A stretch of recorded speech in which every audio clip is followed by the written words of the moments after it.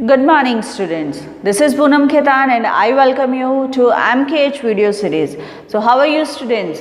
So let's start our chapter and we are continuing our chapter number 3, our changing earth. Before that we have studied about portion first of this chapter in which we have studied कि कैसे जो different land forms हैं उसके अंदर changes हो रहे हैं, हमारी अर्थ के सरफेस के अंदर चेंजेस हो रहे हैं और उसमें 2 टाइप्स की फोर्सेस हम लोगों ने स्टडी की, जिसके अंदर जो लिथोस्फेरिक प्लेट्स हैं वो अपनी जगह से मूव हो रही हैं।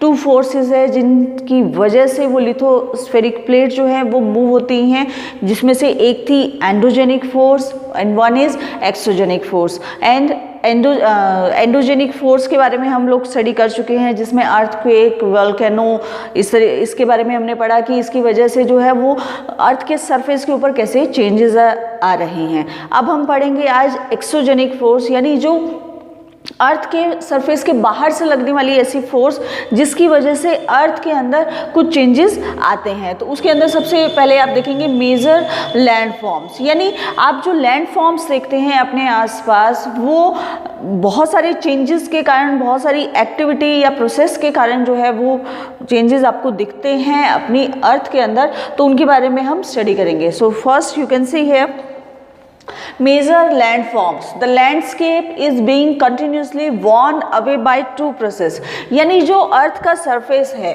ठीक है, ये बिल्कुल प्लेन तो नहीं है, यहाँ पे डिफरेंट फॉर्म्स आपको दिखती है, कहीं पे माउंटेन्स दिख रहे हैं, कहीं पे प्लेटूज दिख रहे हैं, कहीं पे बिल्कुल प्लेन्स दिख रहे हैं।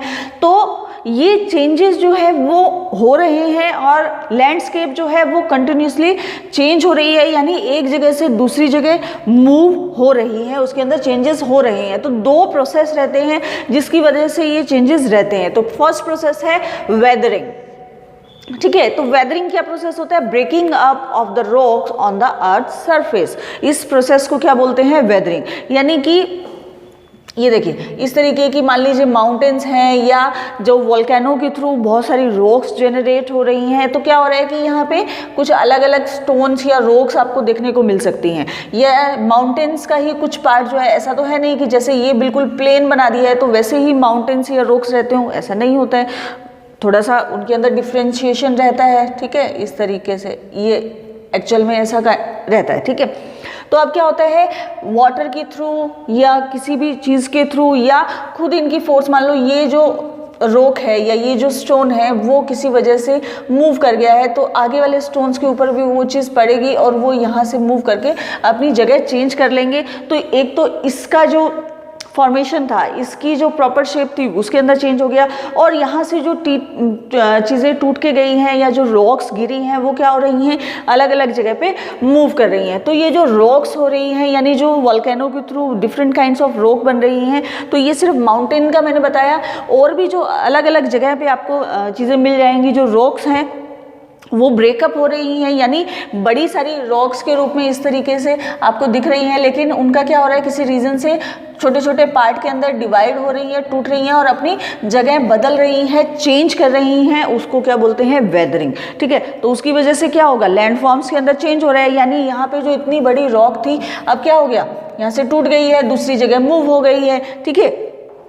तो इसकी वजह से जो लैंड फॉर्म्स हैं वो चेंज हो रही हैं। सेकेंड प्रोसेस क्या रहता है? Erosion. Erosion is wearing away of landscape by different agents. Agents मतलब कि अलग अलग जो मीडिएटर हैं, अलग अलग मीडियम है जिनकी वजह से इरोजन हो रहा है। इरोजन का मतलब आप जानते ही हैं कि किसी चीज़ का एक जगह से कट हो जाना, ठीक है। तो वो वाटर, विंड या आइस की वजह से ये इरोजन होता है। इरोजन के अंदर the eroded material is carried away और transported by wind, water etcetera, मतलब डिफरेंट एजेंट है जिसकी वजह से क्या हो रहा है कि जो लैंडस्केप है उसके अंदर चेंज आ रहे हैं। लाइक सॉइल की बात की हमने लास्ट चैप्टर के अंदर, सॉइल में क्या हो रहा है कि फ्लड आ रही है, फ्लड की वजह से क्या हो रहा है कि सॉइल जो है वो एक जगह से कट होके पानी के साथ में बह के और दूसरी जगह पे डिपॉजिट हो रही है। ऐसे डेजर्ट के अंदर आप जाएंगे तो वहाँ पे भी क्या होता है, जो सैंड होती है, ठीक है, तो वो एक जगह से दूसरी जगह पे मूव कर जाते हैं। ऐसे ही जो विंड के कारण जा रही है, हवा से उड़ के जा रही है डेजर्ट एरिया में, वाटर जो है वो फ्लड के कारण जो है वो मिट्टी कट के जो है वो दूसरी जगह पे जा रही है। ऐसे ही रिवर के अंदर आप देखेंगे कि जो रॉक्स होती हैं, छोटे छोटे जो स्टोन्स हैं, वो भी वाटर के साथ में बह के फ्लो होके दूसरी जगह पे मूव कर रहे हैं। तो ये इसको क्या बोलते हैं, इरोजन। और इरोजन के साथ साथ में ये भी आप ध्यान रखेंगे कि डेपोजिशन भी हो रहा है। डेपोजिशन का मतलब कि एक चीज़ वहाँ से तो इरोज हो रही है, लेकिन क्या हो रहा है, दूसरी जगह पे जा रही है। लाइक यहाँ पे बहुत ज़्यादा मिट्टी थी, ठीक है, अब बहुत पानी आया, बारिश आ रही है, वाटर आया, और क्या होता है कि यहाँ की मिट्टी कट हो गई, ठीक है, यहाँ की मिट्टी ये बहा के और ले गया, और जहाँ पे ये फ्लो रुकता है यहाँ पे इसका डेपोजिशन हो जाएगा। तो ये मिट्टी कहीं तो जाके रुकेगी, यूँ तो है नहीं कि ये बहती चली जाएगी, बहती चली जाएगी। हो सकता है कुछ पार्टिकल्स जो हैं वो कंटिन्यूसली मूव करते जाएं, लेकिन जो बहुत बड़ी अमाउंट में जो सॉयल इरोज हुई है एक पर्टिकुलर जगह से, वो क्या हो जाएगी, दूसरी जगह पे डिपॉजिट हो जाएगी। तो ये प्रोसेस दोनों साथ में चलते हैं। तो ये दो प्रोसेस रहते हैं जिसकी वजह से लैंड फॉर्म्स के अंदर चेंज होता है। यानी एक लैंड फॉर्म जो कि पहले प्लेन थी, डेजर्ट एरिया में माने तो यहाँ पे किसी भी तरीके का कोई भी ड्यून नहीं था, या टीला जिसको बोलते हैं हम लोकल लैंग्वेज में। तो अब यहाँ से ये विंड के थ्रू क्या होगा, ब्लो होगा, और यहाँ से तो ये कम हो जाएगा और दूसरी जगह पे ये जाके बन जाएगा, ठीक है। तो इसकी वजह से ट्रांसपोर्ट हो गई। ऐसे ही वाटर के थ्रू ट्रांसपोर्ट होती है, तो जिसकी वजह से लैंड फॉर्म्स जो है वो क्या हो रही हैं, चेंज हो रही हैं, ठीक है। अब जो है रिवर का वर्क क्या है, यानी रिवर के थ्रू लैंडफॉर्म्स या अर्थ के अंदर कैसे चेंजेस आते हैं, बहुत सारी चीज़ें चेंज हो जाती है। तो बहुत ही इंटरेस्टिंग सी चीज़ है, देखेंगे। देखिए रिवर का आपको पता है कैसे होता है। रिवर को आप इस तरीके से, जो माउंटेन्स होते हैं वहाँ से आपकी रिवर क्या हो रही है, निकल रही है, ठीक है, यहाँ से रिवर निकल रही है, राइट।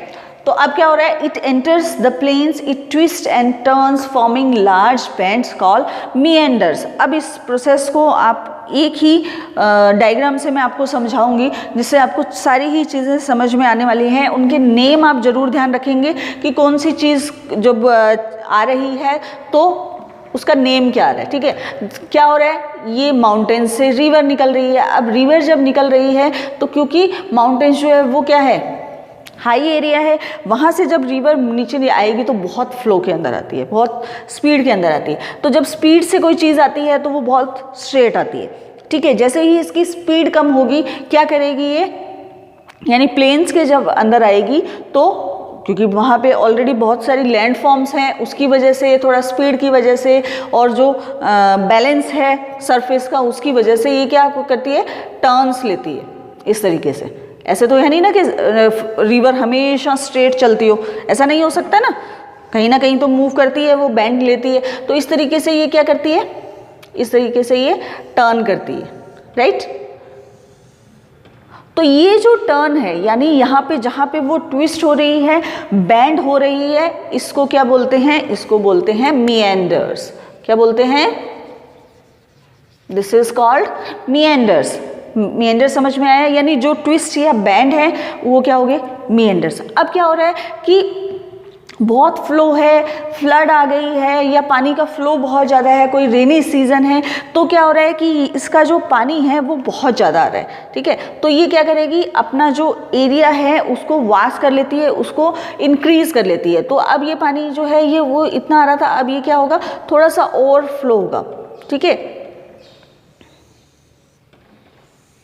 अब इसने अपना एरिया क्या किया, इंक्रीज कर लिया। अब क्या हो रहा है कि ये एरिया जब फ्लो बहुत ज़्यादा है, तब तक अब ये ट्विस्ट है वो तो मीएंडर समझ में आ गया ना। अब ये एरिया बहुत ज़्यादा आ गया, लेकिन जब धीरे धीरे पानी कम होगा तो क्या होता है कि क्योंकि ये थोड़ा सा अलग है, इसको इसने एक्स्ट्रा में कवर किया है, पर्टिकुलर इसका पाथ नहीं है इस रिवर का। अब क्या होगा, जब पानी कम हो जाएगा या फ्लड रुक जाएगी या उसका वाटर का फ्लो कम हो जाएगा, देन व्हाट वुड बी है, ये जो एरिया है वो अपने आप को सेपरेट कर लेगा, ठीक है। यानी ये एरिया अपने आप में क्या हो जाएगा, सेपरेट हो जाएगा। लाइक इधर का भी एरिया जो है वो अपने आप में सेपरेट हो गया और इधर का एरिया जो है वो अपने आप में सेपरेट हो गया, और रिवर जो है वो अपने ही फ्लो के अंदर, यानी अपना जो पाथ है वहाँ पे जा रही है। अब क्या होता है, यहाँ पे पानी जो इकट्ठा हुआ था, क्योंकि कुछ जो लो एरिया तो वहाँ पे बन ही गया, तो ये क्या हो गया, अपने आप में एक लेक बन गई है। क्या बन गई, लेक बन गई, क्योंकि पानी वहाँ इकट्ठा हो रखा है, लो एरिया हो गया है, तो वहाँ पे जब भी अब बारिश आएगी या कुछ भी पानी आएगा तो यहाँ पे पानी इकट्ठा होता रहेगा, अपने आप में ये लेक बन गई है। इस लेक को बोलते हैं ऑक्सबो लेक। क्या बन गई है, ऑक्सबो लेक। अब इसको ऑक्सबो लेक क्यों कहते हैं, ये देखिए, ऑक्स देखा आपने,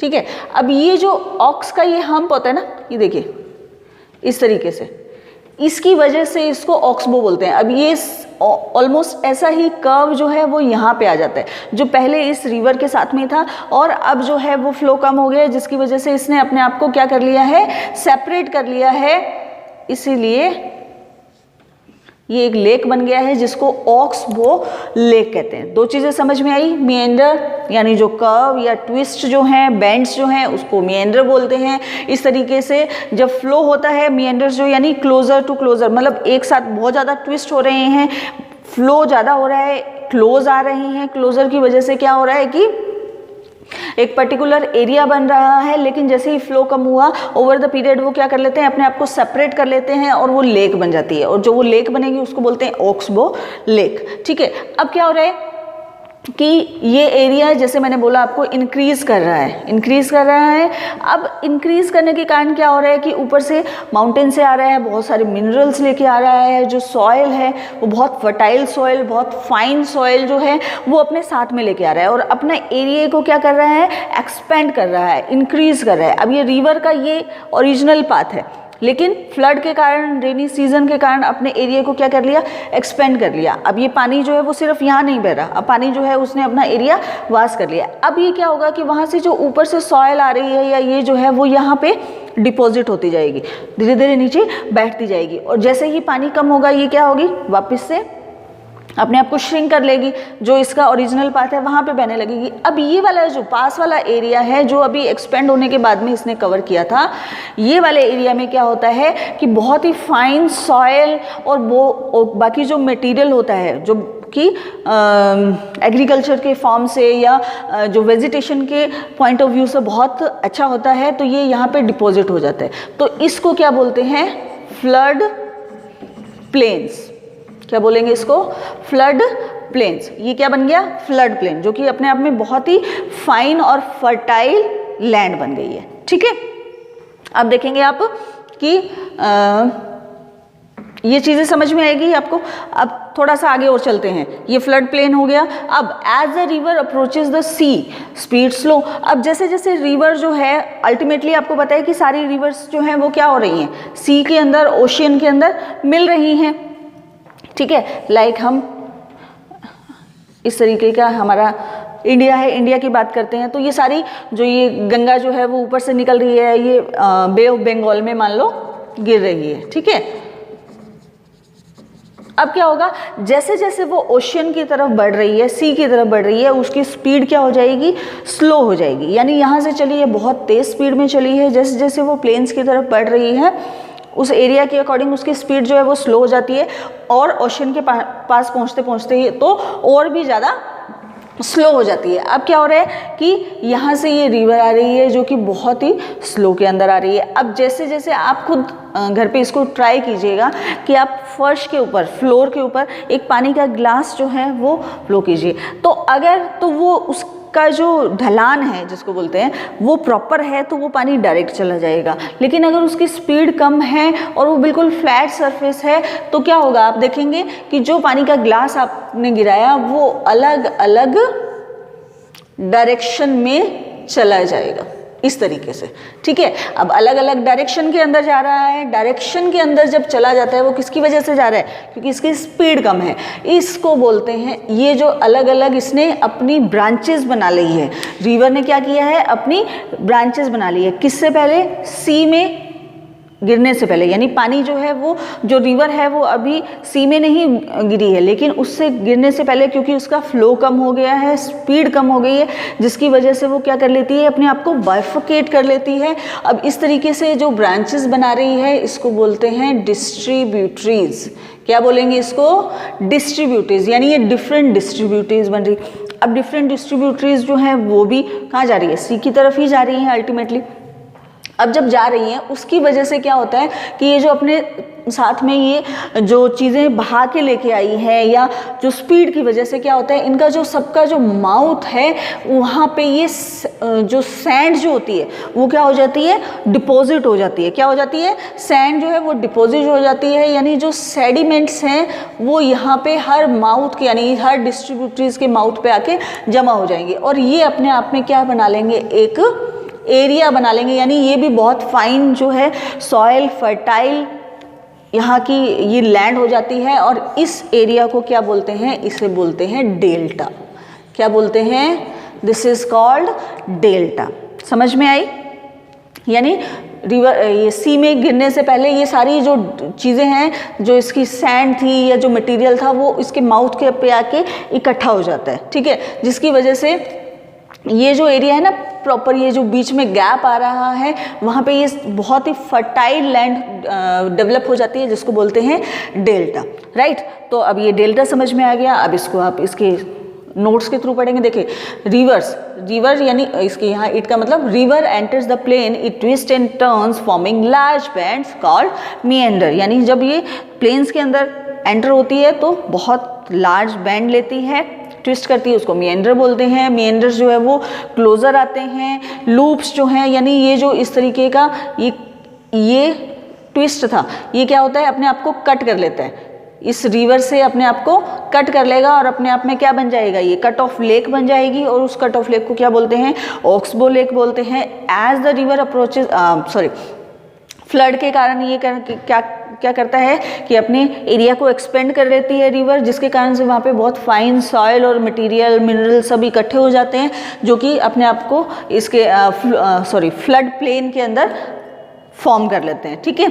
और डेल्टा का भी समझ में आ गया कि ये डिस्ट्रीब्यूटरीज बनाता है, डिस्ट्रीब्यूटरीज के माउथ पे सेडिमेंट्स डिपॉजिट हो जाते हैं जो कि डेल्टा बनाते हैं, ठीक है। तो ये थी लैंडफॉर्म्स, जो डिफरेंट लैंडफॉर्म्स के कारण जो है वो चेंजेस हो रहे हैं हमारी अर्थ के कारण, अर्थ के अंदर। ऐसे ही रिवर के कारण को क्या क्या चेंजेस हो रहे हैं अर्थ के ऊपर, ठीक है। तो चलिए अब देखते हैं और क्या क्या चेंजेस करती हैं हमारे अर्थ के ऊपर जो चीज़ें हैं। So you can see work of sea waves, यानी जो सी वेव्स होती हैं, ओशन के अंदर आने वाली जो वेव्स हैं, सी के अंदर आने वाली जो वेव्स हैं, यानी जो लहरें हैं, तो लहरें डेफिनेटली वो किसके साथ होंगी, वाटर के साथ में उठेंगी।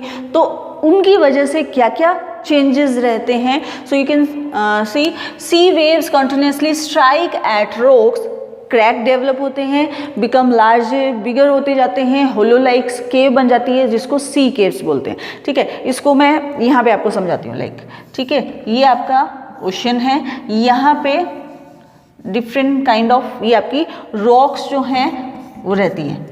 ओशन के अंदर भी रॉक्स रहती हैं, ये ध्यान है ना आपको, ठीक है।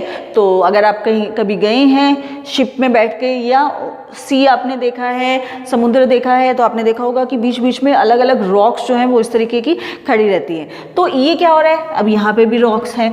अब ये जो वेव्स हैं वो डिपेंड करता है कि कौन सा सी है, किस तरीके की वेव्स यहाँ पे आती हैं, किस तरीके के तूफान आते हैं, या जो वेव्स हैं उनका फ्लो कितना रहता है, स्पीड कितनी रहती है, ठीक है। तो अब क्या हो रहा है, ये जो वेव्स हैं ये बार बार क्या हो रही हैं, उस रॉक के ऊपर स्ट्राइक कर रही है, पानी गिर रहा है कंटिन्यूसली और बहुत फोर्स से गिर रहा है।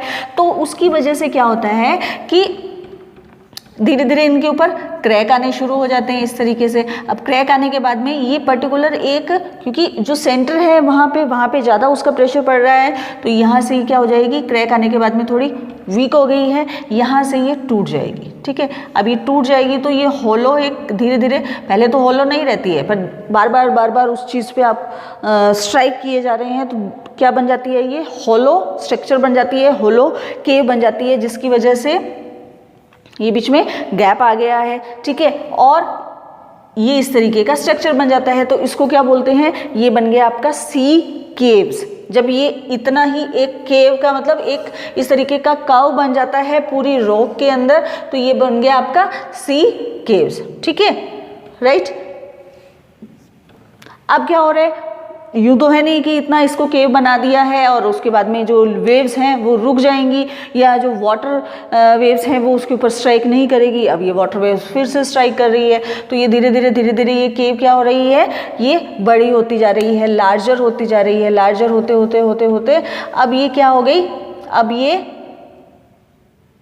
ये जो स्ट्रक्चर है वो इतना रह गया, यानी अब ये कितनी रह गई, सिर्फ रूफ और हल्की पतली साइड की वॉल्स बच गई हैं। तो अब जब ये इतना स्ट्रक्चर है, इसको क्या बोलते हैं, सी आर्चेस, यानी अब क्या हो गया, ये इतना पोर्शन रह गया, ठीक है। तो ये एक आर्च की तरह बन गया, मैथ्स के अंदर लगाते हो ना आर्च आप इस तरीके से, तो ऑलमोस्ट वैसा ही, यानी रूफ बच गई है और साइड की वॉल्स बच गई हैं, तो ये बन गया आपका सी आर्च, ठीक है। चेंज आ रहा है, रॉक थी बड़ी, वेव्स पड़ रही हैं, सी वेव्स, जिसकी वजह से रॉक्स के स्ट्रक्चर के अंदर उसके जो पूरा उसका शेप है उसके अंदर चेंजेस आ रहे हैं, तो हम चेंजेस ही तो पढ़ रहे हैं और चेंजिंग अर्थ के अंदर, ठीक है। तो अब ये बन गया सी आर्च। अब क्या होगा, अब फिर से स्ट्राइक करेंगी, अब क्या होगा, बार बार स्ट्राइक कर रही है, अब ये रूफ भी उड़ गई है, ठीक है। अब ये रूफ भी खत्म हो गई है और इस तरीके से कुछ पोल काइंड ऑफ स्ट्रक्चर जो है वो वहाँ पे रह गई है। अब क्या हो गया, इसको बोलेंगे स्टैक्स। क्या बोलेंगे, स्टैक्स। सी आर्चेस फिर ब्रेक डाउन होते हैं, ओनली वॉल रिमेन, क्या बन गया, दिस इज कॉल्ड स्टैक्स, ठीक है। अब ये जो पोर्शन है जो वर्टिकली इसके सी के साथ में चल रहा है, इसको हम क्या बोलते हैं, सी क्लिफ। समझ में आई चीज़ें, देखिए सी वेव जो हैं, यानी जो ओशन है वहाँ पे डिफरेंट काइंड्स ऑफ रॉक जो हैं, अलग अलग शेप के अंदर आपको रॉक्स दिख रही हैं, उन पे वाटर या जो वेव्स हैं वो बार बार स्ट्राइक कर रही हैं, उसके अंदर क्रैक्स आ रहे हैं, क्रैक्स की वजह से वो वीक हो रही हैं, वीक होने के बाद में धीरे धीरे उसके अंदर एक स्ट्रक्चर बन रहा है जो कि केव्स की तरह लग रहा है, उसको हम सी केव्स बोल रहे हैं। फिर से उसके ऊपर स्ट्राइक हो रही है जिसके कारण से वो और बिगर होते जा रहे हैं, लार्जर होते जा रहे हैं, और ऊपर की सिर्फ रूफ और हल्की वॉल रह रही है, इसको हम सी आर्च बोल रहे हैं। फिर से वाटर और वेव्स जो हैं वो स्ट्राइक हो रही है, जिसके कारण रूफ भी खत्म हो गई है, सिर्फ साइड में एक पोल काइंड ऑफ आपको दिख रहे हैं, उसको हम बोलते हैं स्टैक्स। और जो वर्टिकल एरिया है जो कि सी वेव्स के साथ में चल रहा है, उसको हम बोलते हैं सी क्लिफ, ठीक है। तो ये आपको चीज़ें समझ में आ गई होगी, ठीक है। अब देखते हैं वर्क ऑफ आइस, यानी आइस जो हैं वो हमारी अर्थ के अंदर किस तरीके के चेंजेस लेके आती हैं। तो आइस ग्लेशियर तो आप लोगों में से किसी ने भी नहीं देखे होंगे, हमने सिर्फ पिक्चर्स में या फिर अपने टीवी में, मोबाइल में आपने देखे होंगे। तो क्या होता है कि इस तरीके से बहुत सारे माउंटेन्स हैं या जो भी प्लेन्स हैं, वहाँ पे क्या है, सिर्फ और सिर्फ आइस ही आपको दिख रही है।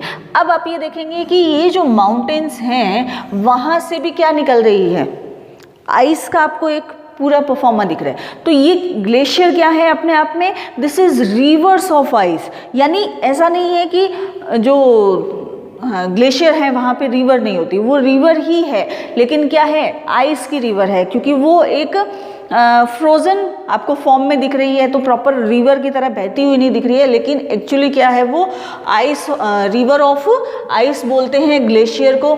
अब बाकी जो चीज़ें हैं उनकी तरह ये भी इरोज होती है। जब ये इरोड हो रही है, यानी कहीं ना कहीं इसके अंदर भी इरोजन होता है। इरोजन किस वजह से होता है कि ग्लेशियर के ऊपर भी पर्टिकुलर एक टाइम में क्या हो रहा है, उसके ऊपर फोर्स लग रही है, धीरे धीरे जो आइस इसके ऊपर जमी हुई है उसके ऊपर जब और आइस आप जमती जाएगी फ्रोज़न होती जाएगी, तो ये जो नीचे वाली जो आइस है वो क्या करेगी, इरोज करेगी अपने आप को, उसके अंदर इरोजन होगा, वो अपनी जगह जो है वो स्पेस छोड़ेगी, कुछ सन की हीट पड़ती है उस वजह से भी, कुछ रीजंस की वजह से जो वहाँ ग्लेशियर की आइस है वो भी इरोज होती है और अपनी जगह छोड़ती है। तो अब ये क्या कर रहे हैं कि जो वाटर है या वो तो क्या कर रहे हैं, एक प्रॉपर फोर्स लगा रहा है। लेकिन जब आइस इरोड हो रही है तो वो क्या है, एक बुलडोजर का काम कर रही है, वो बुलडोज कर रही है, यानी बहुत ज़्यादा फोर्स लगा रही है जब वो वहाँ से इरोज हो रही है, क्योंकि क्या है वो बहुत ज़्यादा सॉलिड फॉर्म में है, जब तक जमी हुई है तब तक जमी हुई है, जब इरोड हो रही है तो उसके अंदर बहुत ज़्यादा फोर्स लग रही है। तो ये क्या कर रही है, ये भी बुलडोज कर रही है किसको, सॉइल को और स्टोन्स को। ठीक है, सॉइल और स्टोन्स जो आसपास मतलब जो ग्लेशियर है वहाँ पे भी आपको अलग अलग इस तरीके की रॉक्स दिख जाएंगी, माउंटेन्स दिख जाएंगे छोटे छोटे। तो वो क्या कर रही है, सॉइल को और स्टोन्स को इरोड कर रही है। अब क्या हो रहा है कि इसकी वजह से क्या कर रही है कि उसको नीचे से, उसको फोर्स की वजह से वो जो आइस है उसके नीचे एक गैप क्रिएट कर रही है, जिसकी वजह से वहाँ पे कुछ डाउन जो लो एरिया है वो डेवलप हो रहा है। और जैसे ही आइस मेल्ट होती है, यानी जब भी वहाँ पे समर का टाइम होता है, थोड़ी बहुत गर्मी पड़ती है या आइस मेल्ट होने का टाइम होता है, तो ये जो एरिया है क्योंकि लो एरिया बन गया है, जैसे कि हमने ऑक्स बो लेक के अंदर पढ़ा था, वहाँ पे क्या हो गया, ये फोर्स के कारण क्या कर रहे हैं कि माउंटेन्स के नीचे जो है वो, या जो आइस है ग्लेशियर है उसके नीचे एक स्पेस बना रहा है, क्योंकि बुलडोज कर रहा है तो वहाँ पे नीचे स्पेस बन गया। अब जैसे ही क्या होगा, आइस मेल्ट होगी तो वो, क्योंकि लो एरिया है वहाँ पे, वो आइस मेल्ट होके क्या बन जाएगी, पानी के अंदर, पानी के रूप में आ जाएगी, और वो क्या बन जाती है, बिकम अ ब्यूटीफुल लेक, और वो अपने आप में लेक बन जाती है वो। ठीक है, तो ये ग्लेशियर लेक हो गई। ठीक है, और कोई भी चीज़ जो भी इनके थ्रू जो भी इरोड हो रही है, मटेरियल जो रॉक्स हैं, सॉयल है या कुछ और चीज़ें, मिनरल्स जो हैं, वो ग्लेशियर के थ्रू इरोड करके लेके आया जा रहा है, कैरिड करके लेके आया जा रहा है, उसको बोलते हैं हम ग्लेशियर मोरेन्स। क्या बोलते हैं, ग्लेशियर मोरेन्स। यानी ग्लेशियर जब इरोड होकर अपने साथ में कोई मटेरियल लेके आ रहे हैं उसको बोलते हैं ग्लेशियर मोरेन। अब ये चीज़ें समझ में आ गई, यानी ग्लेशियर जो हैं वो जब इरोड होते हैं तो वो क्या कर रहे हैं, सॉइल को, स्टोन को इरोड कर रहे हैं, बुलडोज कर रहे हैं बहुत फोर्स से, किसके नीचे कर रहे हैं, जो आइस जमी हुई है उसके नीचे की तरफ वो फोर्स लग रही है, जिसकी वजह से क्या हो रहा है कि वो लो एरिया, वहाँ पे एक होलो बन जाता है, खड्डा बोल सकते हैं, डीप चला जाता है, डीप एरिया बन जाता है, और जैसे ही आइस मेल्ट होगी वो क्या बन जाएगा, अपने आप में एक लेक बन जाएगी बहुत ही सुंदर सी। ठीक है, तो आपने बहुत सारे ग्लेशियर के अंदर या कुछ ऐसे देखे होंगे, आसपास पूरी आइस जमी हुई है और बीच में एक लेक आपको दिखा रही है, तो वो इसी की वजह से दिखती है। ठीक है, और जो भी मटेरियल इसके थ्रू लाया जाता है उसको बोलते हैं ग्लेशियर मोरेन्स। ठीक है, ये बन गया आपका वर्क ऑफ आइस, यानी आइस की वजह से क्या क्या चेंजेस हो रहे हैं। अब नेक्स्ट देखते हैं वर्क ऑफ विंड, यानी विंड जो है ये भी लैंडफॉर्म के अंदर हमारी अर्थ के ऊपर चेंजेस लाने का काम करती है। हम क्या पढ़ रहे हैं, एंडोजेनिक एक्सोजेनिक फोर्सेस, यानी अर्थ के ऊपर से लगने वाली कुछ ऐसी फोर्स जिसके कारण से अर्थ के अंदर कुछ चेंजेस हो रही हैं। तो ये सारे क्या है, एंडोजेनिक, यानी अर्थ के बाहर से ये सारी फोर्सेस लग रही हैं। वर्क ऑफ विंड, अब आपने डेजर्ट के अंदर स्पेशली देखा होगा, क्योंकि विंड जब चल रही है उसके कारण अगर कोई चेंजेस हो रहे हैं तो वो क्या हो सकती है, सॉइल को ही ज़्यादा वो इरोज कर सकती हैं, और तो बहुत ज़्यादा उसके अंदर वो प्रॉपर उसके अंदर नहीं रहती है जब तक वो बहुत ज़्यादा पावरफुल नहीं हो। तो डेजर्ट एरिया में आपने देखा होगा जो भी वहाँ पे रॉक्स रहती हैं वो इस शेप में आपको दिखेंगी। ठीक है, अब इसका रीज़न क्या है, रीज़न ये है कि एक तो इनको मशरूम रॉक बोलते हैं। ठीक है, क्योंकि इनकी शेप जो है वो मशरूम जैसी है, राइट। तो इनकी शेप जो है वो क्या होती है, मशरूम।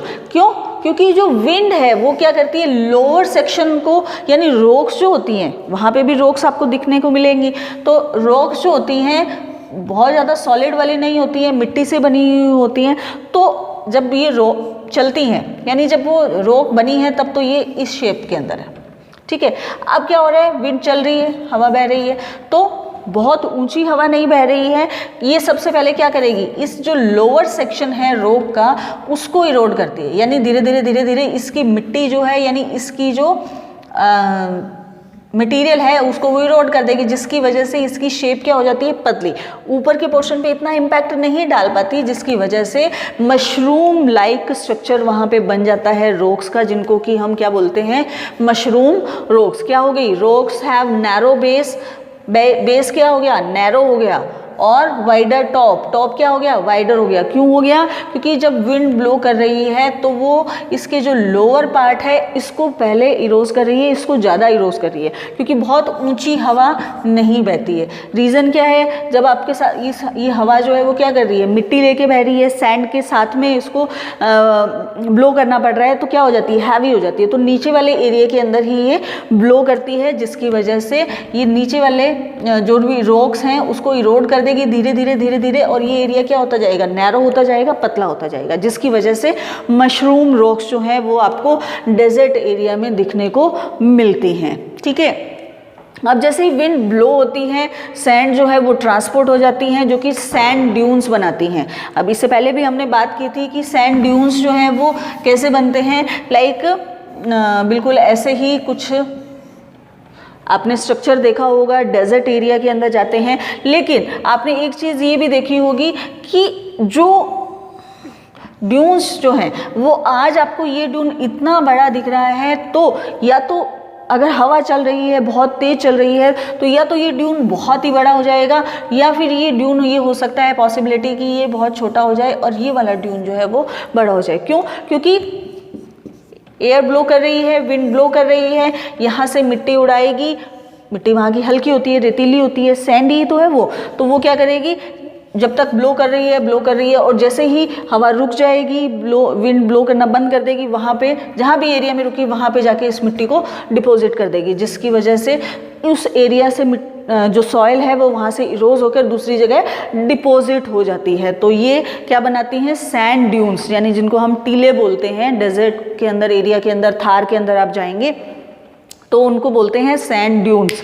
ठीक है, तो हम राजस्थान के अंदर रहते हैं, तो यहाँ पे तो थार का रेगिस्तान है, थार डेजर्ट है, तो आपने बहुत सारे सैंड ड्यून्स देखे होंगे। बाहर के एरियाज़ के अंदर भी हैं, चाइना के अंदर एक सैंड ड्यून्स यानी डेजर्ट है, गोबी डेजर्ट है, उसको ठंडा डेजर्ट भी बोलते हैं। यानी हमारे यहाँ का जो थार डेजर्ट है वो गरम हॉट डेजर्ट है, लेकिन वहाँ का जो डेजर्ट है वो कूल डेजर्ट है। ठीक है, तो वहाँ पे भी आपको सैंड ड्यून्स जो इस तरीके की मिलेगी, और जो रॉक्स हैं वो भी इस तरीके की मिलेंगी, थोड़ी सॉलिड रॉक्स मिलेंगी। क्यों, क्योंकि वहाँ पे ठंडा एरिया है, तो इतनी ज़्यादा वो डेपोजिशन या इरोजन वहाँ पे नहीं रहता है, और वो सॉलिड रॉक के रूप में फॉर्म हो जाती है। ठीक है, तो ये था हमारे इस चैप्टर के बारे में, आवर चेंजिंग अर्थ, यानी हमारी अर्थ जो है वो चेंज हो रही है, डे बाय डे चेंज हो रही है, लेकिन बहुत ही माइनर से चेंजेस रहते हैं, जो कि कम टाइम में हम लोगों को नज़र में नहीं आते हैं, पता नहीं चलते हैं, और बहुत टाइम लगता है कुछ चेंजेस होने में। लाइक ये जो हमने रॉक्स का फॉर्मेशन हो रहा है, सॉइल का फॉर्मेशन हो रहा है, माउंटेन्स बन रहे हैं, ये क्या है, स्लो फॉर्मेशन है। कुछ चीज़ें ऐसी होती है जिनकी जो चेंजेस हमें बहुत जल्दी समझ में आती है, यानी वोल्केनो का इरप्शन हो रहा है तो उसकी वजह से जो चीज़ें चेंज हो रही है, अर्थक्वेक की वजह से जो चीज़ें चेंज हो रही है, लैंडस्लाइड की वजह से जो चेंजेस आ रहे हैं हमारी अर्थ के अंदर, वो आपको रैपिडली समझ में आते हैं, बहुत जल्दी समझ में आते हैं। लेकिन कुछ चेंजेस जो है वो बहुत धीरे धीरे होते हैं, जो कि बहुत साल लग जाते हैं हमें उसको समझने में। तो चेंज तो हो रही है हमारी अर्थ के अंदर, और क्या क्या रीज़न से हो रही हैं, क्या क्या उसकी वजह है, और उस रीज़न से क्या क्या चेंजेस हो रहे हैं हमारी अर्थ के अंदर, उन सब के बारे में हमने इस चैप्टर के अंदर स्टडी किया। तो आप इसके नोट्स जो हैं जैसे मैंने बनवाए उनको अपनी लैंग्वेज में भी लिख सकते हैं। क्वेश्चन जो है वो वहीं से, जो टॉपिक हमने कवर किया है सभी वहीं से क्वेश्चन आने वाले हैं। कॉन्सेप्ट अगर आपका क्लियर होगा तो आप उसे अपनी लैंग्वेज में भी लिख सकेंगे। So I hope you like this video. मिलते हैं नेक्स्ट वीडियो में। Till then, thank you, have a nice day.